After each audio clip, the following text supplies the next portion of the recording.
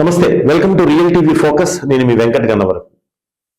Present AP రాజకీయాల్లో జగన్ గురించి, వైఎస్ఆర్సీపీ అధినేత మాజీ ముఖ్యమంత్రి జగన్మోహన్ రెడ్డి గురించి చర్చ నడుస్తోంది. ఏంటి చర్చ అంటే, ఎక్కడైనా రోడ్డు ప్రమాదంలో మరణించడం కానీ, హత్యకు గురై మరణించడం కానీ, ఇంకే ఇతర కారణాల చేత మరణాలున్నప్పుడు, అరెస్టులు అయినప్పుడు తప్ప వైఎస్ఆర్సీపీ అధినేత వైఎస్ జగన్మోహన్ రెడ్డి పర్యటనలు చెయ్యట్లేదు అనేది ఆయన మీద ఉన్న ఆరోపణ.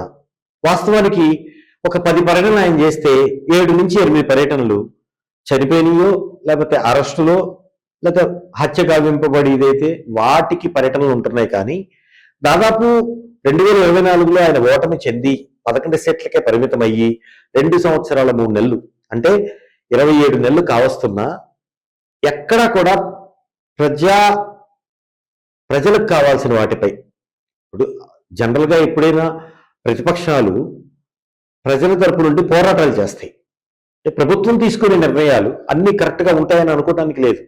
ప్రభుత్వం తీసుకునే నిర్ణయాల్లో జాప్యం కావచ్చు, లోటుపాట్లు కావచ్చు, అవినీతి ఆరోపణలు కావచ్చు, సంక్షేమం కావచ్చు, అభివృద్ధి కావచ్చు, వీటన్నిటి అంశాల్లో ప్రభుత్వం బందకోడిగా ఉన్నా, సరిగ్గా చేయాల్సిన సమయంలో ట్యాకప్ చేయకపోయినా ప్రజల తరపు నుండి ప్రజల గొంతుకుగా ప్రతిపక్షం ఉంటుంది.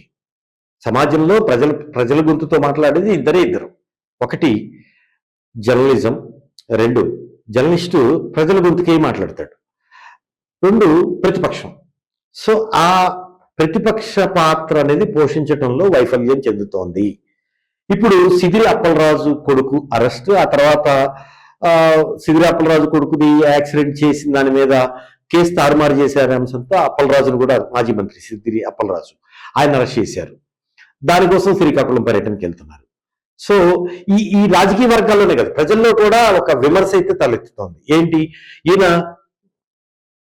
క్రెడిబిలిటీ కోసము, పబ్లిక్ లో ఒక సానుభూతి క్రియేట్ చేయడం కోసము తప్ప పబ్లిక్ గురించి, ప్రజల గురించి ఏ మాత్రం ఆలోచించట్లేదు.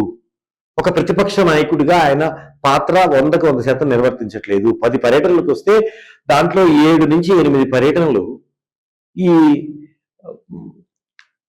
చనిపోయినప్పుడు పలకరించడానికి, ఆ సానుభూతి పర్యటనలే తప్ప ప్రజల సమస్యల మీద పోరాటాలు అయితే చేయటం లేదు అనేది వస్తున్న విమర్శలు. సో దీనికి వైఎస్ఆర్సీపీ ఎలా రియాక్ట్ అవుతుంది ఏంటి అనేది చూద్దాం.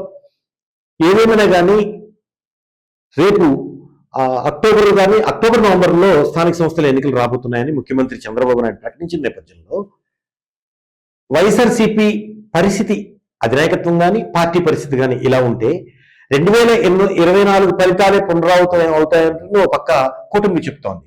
ఎందుకంటే 2024 అనేది ఆంధ్రప్రదేశ్ రాజకీయాల్లో ఇటు ఉమ్మడిగా కావచ్చు, ఇటు విడిపోయిన తర్వాత 2014 నుంచి బైఫర్కేషన్ అయిన తర్వాత ఇప్పటి వరకు కావచ్చు, ఒక ల్యాండ్ స్లైడ్ విక్టరీ అంటాం కదా, అలాంటి విక్టరీ 175లో 164కు వచ్చేసింది. సో అలాంటి విక్టరీ మళ్ళీ స్థానిక సంస్థల ఎన్నికల్లో కూడా కూటమి, ఇటు టీడీపీ కావచ్చు, జనసేన కావచ్చు, బీజేపీ కావచ్చు, అలాంటి విక్టరీ రిపీట్ అవుతుంది. ఎందుకంటే మాకు బలమైన ప్రతిపక్షం లేదు, సంక్షేమం అభివృద్ధి తీసుకెళ్తున్నాం టీడీపీ చెప్తోంది. చూద్దాం, వీటన్నిటిని అధిగమించి వైఎస్ఆర్సీపీ అధినేత మాజీ ముఖ్యమంత్రి వైఎస్ జగన్మోహన్ రెడ్డి ఆయన ప్రణాళికలు ఎలా ఉంటాయి, ప్రజా క్షేత్రంలో ఆయన ప్రజల సమస్యలపై ఎలా పోరాటాలు చేస్తారు, పబ్లిక్ కోరుకుంటున్నట్లు, ఇటు రాజకీయ వర్గాలు కోరుకుంటున్నట్టు ఇలానే ఉంటారా? ఇలానే ఉంటే రేపు స్థానిక సంస్థల ఎన్నికల్లో ఫలితాలు ఎలా ఉంటాయి వైఎస్ఆర్సీపీకి వేచి చూద్దాం. నమస్కారం.